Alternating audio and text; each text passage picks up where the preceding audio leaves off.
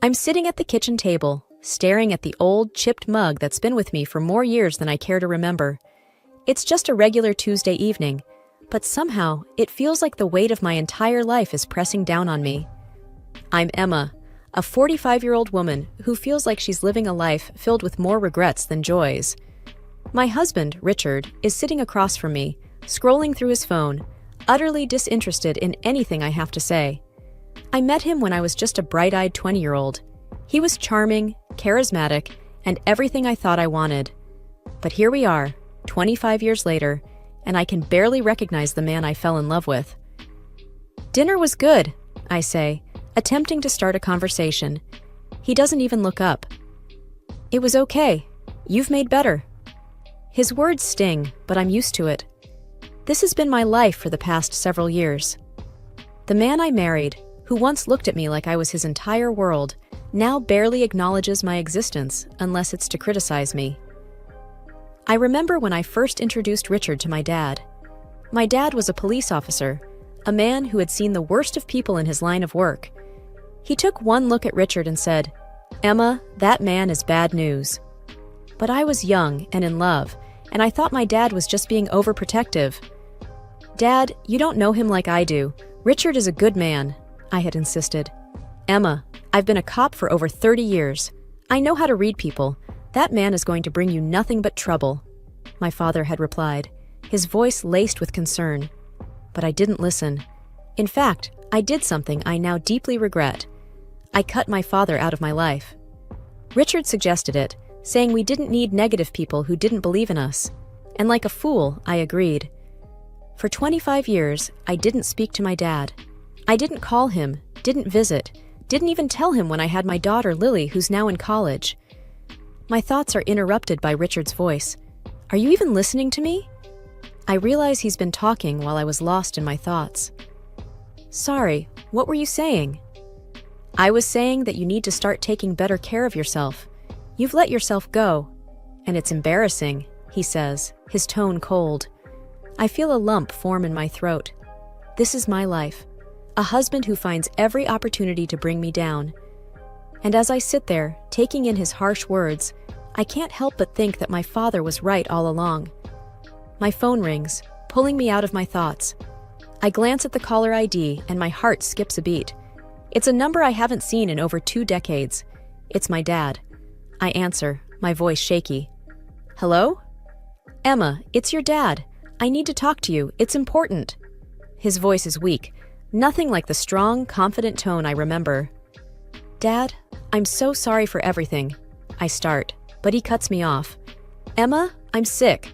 The doctors say I don't have much time left. I have cancer." The room spins around me as his words sink in. My dad, the man I turned my back on, is dying. And suddenly, all the years of silence, all the missed opportunities to make things right, weigh heavily on me. "Dad, I'm so sorry. I'll come to see you. I'll help in any way I can," I say, tears streaming down my face. After ending the call, I turn to Richard, hoping, maybe foolishly, for some kind of support. "Richard, my dad is sick. He has cancer. I need to help him." His reaction is like a slap in the face. "Good. The man never liked me. Can't wait for him to be gone." His words are like a knife to my heart. In that moment, I realize just how blind I've been.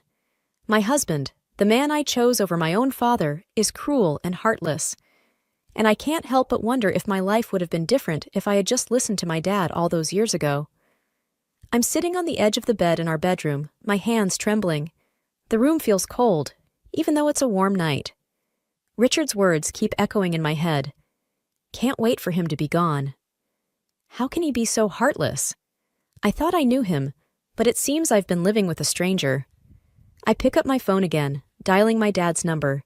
It rings, and then finally, he picks up. "Emma?" His voice is weak but filled with hope. "Dad, I'm so sorry. I'm going to help you. I don't know how yet, but I will find a way," I say, my voice choked with emotion. "Emma, you don't have to. You've got your own life." "No, Dad. You're my father. I should have been there for you all these years. I'm going to make this right." We talk a little more. He tells me about his condition, about the treatments he needs but can't afford. My heart aches. I've missed so much, and now, when he needs me the most, I feel helpless. After the call, I sit there, lost in thought. Then something inside me clicks. I can't let my father suffer because of my mistakes. I need to do something. I go to the living room where Richard is watching TV. Richard, I've decided. I'm going to help my father. He needs money for his treatments. I'm going to use our savings. He looks at me like I've lost my mind. You're going to do what? Are you crazy? That's our money, Emma. We saved that for us, for our future. There won't be a future if I let my father die knowing I could have helped him. I can't live with that, I say, my resolve firm. He laughs, a cold, mocking laugh. So the prodigal daughter returns. You think playing the good daughter now will make up for all the years you ignored him? It's pathetic. His words sting, but I don't let them sway me. I don't care what you think. I'm doing this. I go to our home office and start transferring the money. It's a lot, almost all our savings. But it doesn't matter. This is for my dad, for all the years I wasn't there for him. When I finish, I feel a sense of relief, but it's short-lived. Richard storms into the room, his face red with anger. You actually did it. You gave our money to that old man. He's my father, Richard. He's dying. What was I supposed to do? Just let him suffer? You were supposed to think about us, about our life together. But you've always been selfish, Emma, always thinking about yourself. I'm stunned. How can he twist this into something about him? Selfish? I'm trying to save my father's life. How is that selfish? He doesn't answer. Instead, he turns and leaves the room, slamming the door behind him.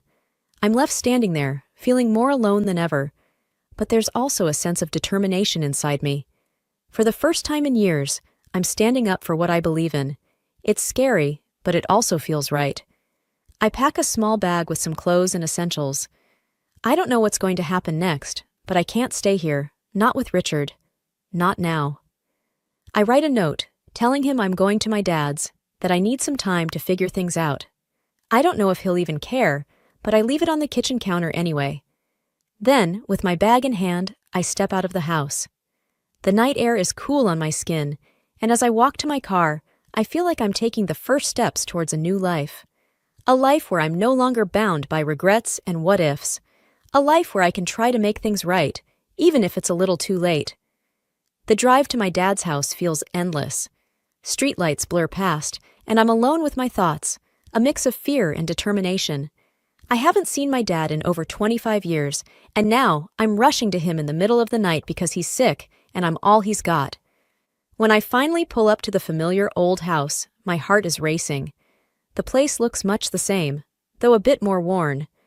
I hesitate for a moment before getting out of the car. What am I going to say? How is he going to react? Taking a deep breath, I walk up to the front door and knock. It takes a few moments, but then the door opens, and there he is. My dad. He's older, frailer, but it's undeniably him.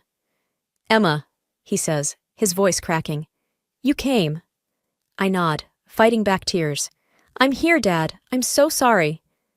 He steps aside, letting me in. The house smells the same as I remember, a mix of coffee and old books.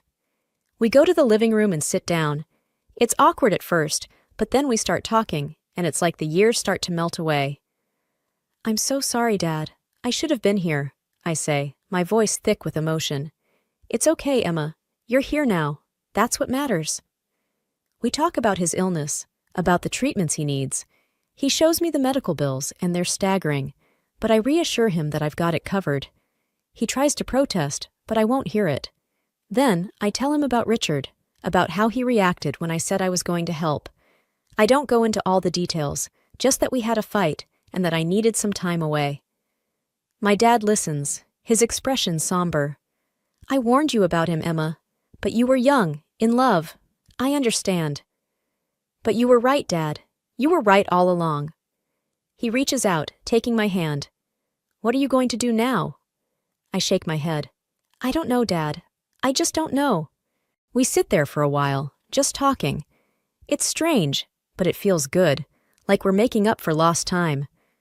Eventually, I get up to leave. I've got a lot to figure out, and it's late. But as I'm about to walk out the door, my dad stops me. Emma, wait, there's something you should know. He goes to his desk and pulls out a folder, thick with papers. I've been keeping tabs on Richard, ever since you married him. I knew he was bad news, and I wanted to protect you, just in case. He hands me the folder. It's all in there. His business deals, the women, everything. I wanted you to have it, just in case. I'm stunned. I take the folder, feeling its weight. Dad, Thank you. He nods, a sad smile on his face. I always wanted what was best for you, Emma. Always.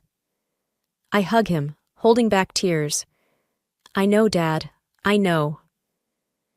The morning after I visited my dad, I'm sitting at my kitchen table, the folder he gave me lying unopened in front of me.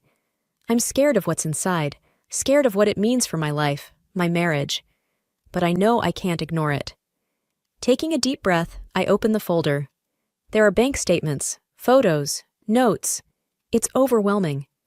As I start to sift through the papers, the reality of my situation begins to sink in. Richard has been living a double life, and I was too blind to see it. There are photos of him with other women, some of them looking way too cozy. There are bank statements showing large amounts of money being moved around, and notes about shady business deals. It's a lot to process. I feel sick to my stomach. How could I have been so naive? How could I have ignored all the signs?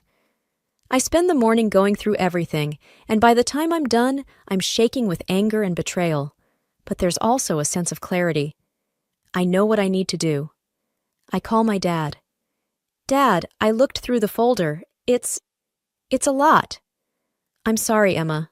I didn't want to burden you with it, but you needed to know. I understand, and thank you. I'm going to confront him. I can't let this go on any longer. Be careful, Emma. He's a dangerous man. I will be. I have to do this, for me, for us. After we hang up, I get ready. I feel like I'm preparing for battle. I put the most damning evidence in a smaller folder and head to Richard's office. When I get there, his secretary tries to stop me, but I push past her. I storm into his office, and he looks up, surprised. Emma, what are you doing here? We need to talk, I say, my voice steady even though my hands are shaking. He smirks. About what? About this, I say, throwing the folder on his desk. About your lies, your cheating, your dirty business. He goes pale, but then he regains his composure. You don't know what you're talking about. I know everything, Richard. My dad has been keeping tabs on you since we got married. It's all here. The women, the money, everything. He starts to get angry. Your dad? That old fool? He's just trying to break us up. He's always hated me. He was right about you, and I was too blind to see it, but not anymore. He stands up, coming around the desk. You're not going to ruin me, Emma. You're my wife. You're supposed to stand by me. Not anymore. I want a divorce, Richard. I want out of this sham of a marriage. He laughs, a cold, bitter laugh. You think you can just walk away? You think you can take me down? I won't let you. I'll ruin you first. I stand my ground, even though I'm scared. I'm not afraid of you anymore. I know the truth, and I'm not going to let you control me any longer. He looks at me, really looks at me, and I can see the realization dawning in his eyes. He knows he's lost. Get out, he says finally. Get out and don't come back. The next few days are a blur. I spend most of my time at my dad's house, trying to figure out my next move. The thought of going back to the house I shared with Richard makes my skin crawl. I can't face him, not yet. My dad is a rock during all of this. He listens, offers advice, but mostly just lets me talk. It's comforting, being here with him. It feels like I'm making up for lost time. One afternoon, we're sitting in the living room when my phone rings. It's a number I don't recognize, but I answer it anyway. Hello? Is this Emma Richards? A man's voice asks. Yes, it is. Who's this?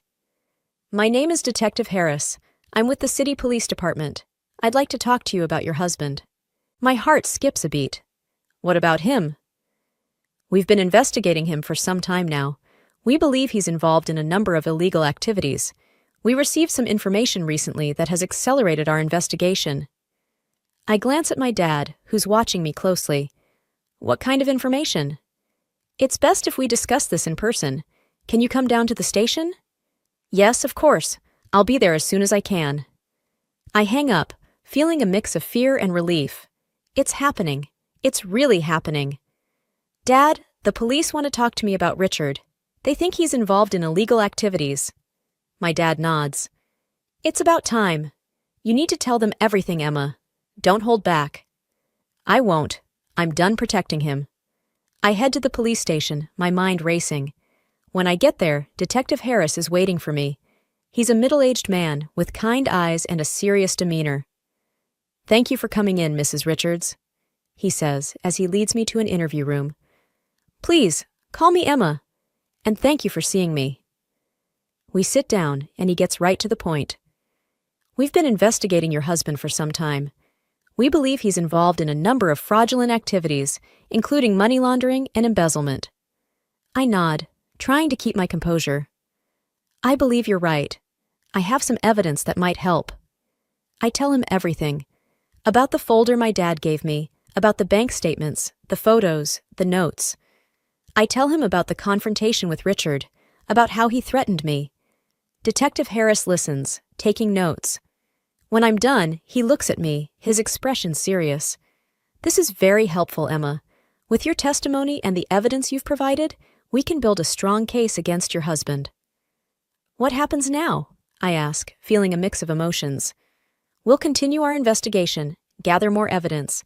It's likely we'll need you to testify in court. Are you prepared for that? I nod, feeling a surge of determination. Yes, I'll do whatever it takes to make sure he pays for what he's done. Detective Harris nods. Good, we'll be in touch. And Emma, you're doing the right thing. I spend my days helping Dad around the house and taking him to his doctor's appointments. His health seems to be holding steady, a small blessing in the midst of everything else. One afternoon, while we're sitting in the living room, my phone buzzes with a message from Detective Harris. My heart leaps into my throat as I read it. Case moving forward. Charges filed against Richard. We'll need you to testify. I let out a breath I didn't realize I was holding. Dad, they're charging Richard. It's actually happening. Dad looks up from his newspaper, his eyes soft. Good. It's about time he faced the consequences. The day of the trial arrives. I wear a simple blue dress, wanting to look presentable, but not overdressed. Dad insists on coming with me, even though I tell him he doesn't have to. I'm not letting you face that man alone, he says, his voice firm. The courtroom is intimidating, with its high ceilings and wooden pews. Richard is already there, looking smug in his expensive suit. When he sees me, his expression darkens. I take my seat, trying to ignore the knots in my stomach. Dad sits next to me, a solid presence at my side. The trial begins. The prosecutor lays out the case against Richard. Fraud, embezzlement, money laundering. The evidence is overwhelming.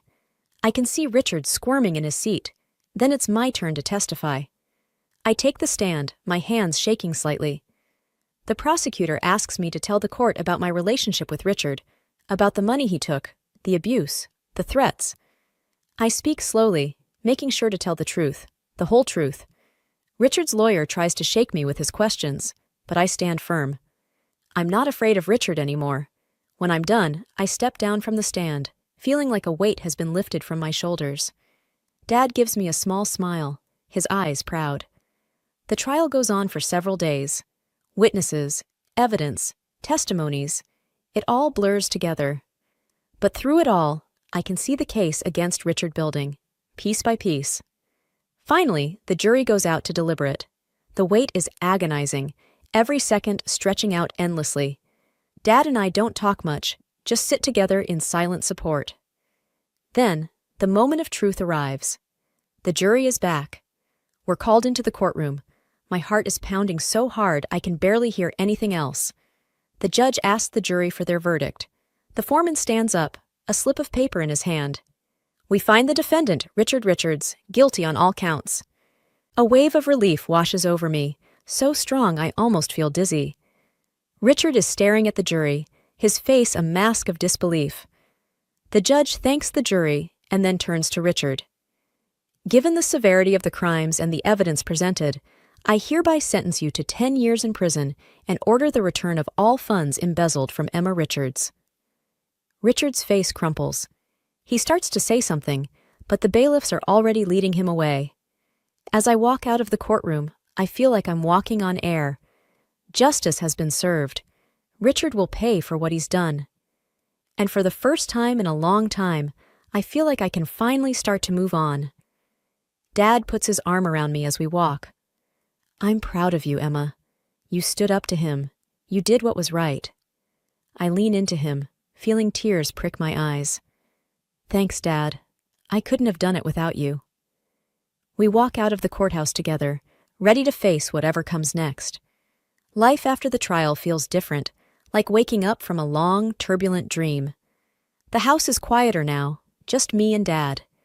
We've settled into a comfortable routine, looking after each other. But there's one thing I haven't done yet, one loose end that still nags at me. My daughter, Lily. I've been thinking about her a lot, about how I've been a less than perfect mother, how I let her grow up in a toxic environment. The guilt gnaws at me every day. But today, I decide, is the day I'll try to make things right. I pick up my phone and dial her number, my hands trembling slightly. Mom? Lily sounds surprised when she answers. Hey, Lily, can we talk? Maybe meet somewhere?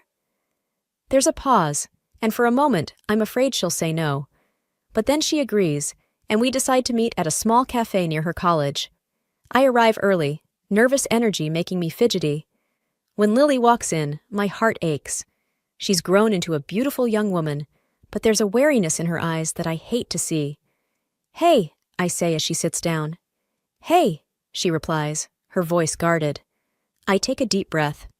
Lily, I'm sorry. I know I wasn't the mother you needed. I let you down, let you grow up in a bad situation. I'm so sorry.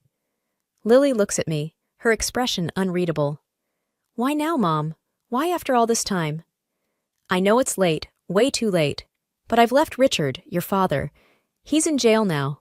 I've been trying to make things right, and I realized I need to start with you. Lily's eyes flicker with something, pain maybe, or disappointment. Mom, I spent years wishing you'd leave him, wishing we could just be a normal family, but you always chose him over me. Her words sting, but they're the truth.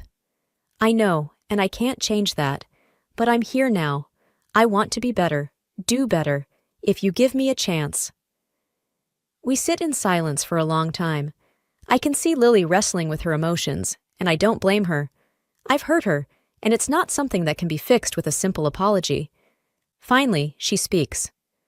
I want to believe you, Mom, but it's not easy. I've got a lot of anger, a lot of hurt. I know, and I'm not asking you to forgive me right away. I just want a chance to show you that I can be a better mother, that I can be someone you can rely on. Lily sighs, running a hand through her hair.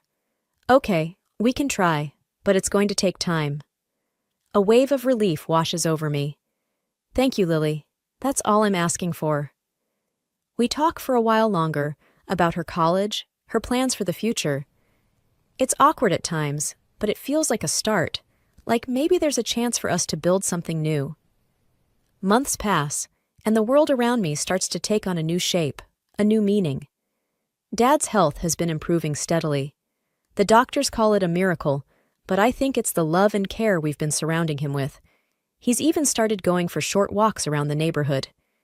Today, as I watch him sitting on the porch, reading a newspaper, a sense of calm washes over me. I walk over and sit beside him, taking in the peaceful morning. You're looking better every day, Dad, I say, smiling at him. He looks up, his eyes twinkling. Feeling better too, Emma. It's like I've been given a second chance at life. I nod, feeling a surge of gratitude. We both have, Dad. Just then, Lily arrives. She's been visiting more often, and with each visit, I feel our bond strengthening. She waves at us, a bright smile on her face. Morning, you two, she greets cheerfully. Morning, Lily, Dad replies. Join us. We were just enjoying the morning sun. Lily takes a seat, and for a while, we sit in comfortable silence, basking in the warmth of the sun and each other's company. Mom, I've been thinking, Lily starts, breaking the silence. I want to help people who've been in situations like ours, maybe volunteer at a shelter or something. My heart swells with pride. That's a wonderful idea, Lily. Dad nods in agreement. Using your experience to help others, that's a noble path. Lily's eyes are determined. I want to make a difference, even if it's small. I reach out and squeeze her hand. You already are, sweetheart. Our conversation drifts to lighter topics after that. Plans for the weekend, a new recipe I want to try, the book Dad's been reading. It feels normal, and for the first time in a long time, I feel content. I have my father, my daughter, and a newfound strength within me. I've survived the storm, and now I'm ready to embrace the calm after it. Ready to build a new life, a better life. A life where I'm not just surviving, but thriving.